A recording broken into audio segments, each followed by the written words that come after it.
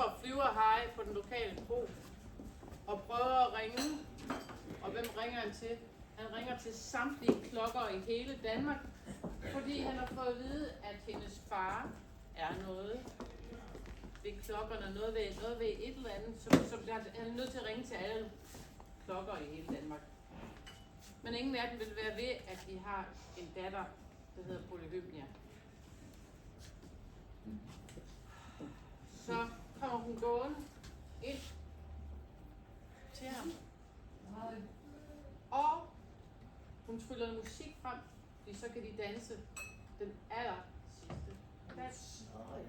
Og hvad sker der efter det, at hun har danset den aller sidste dans? Så får hun sin far til at love, at han skal blive lykkelig, selvom hun tager væk.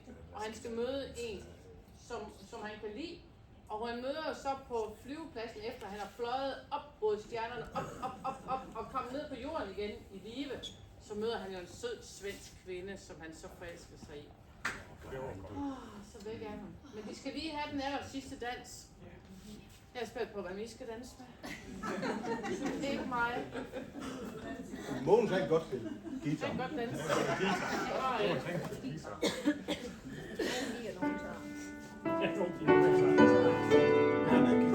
Nu skal I tænke på Paul Rickard.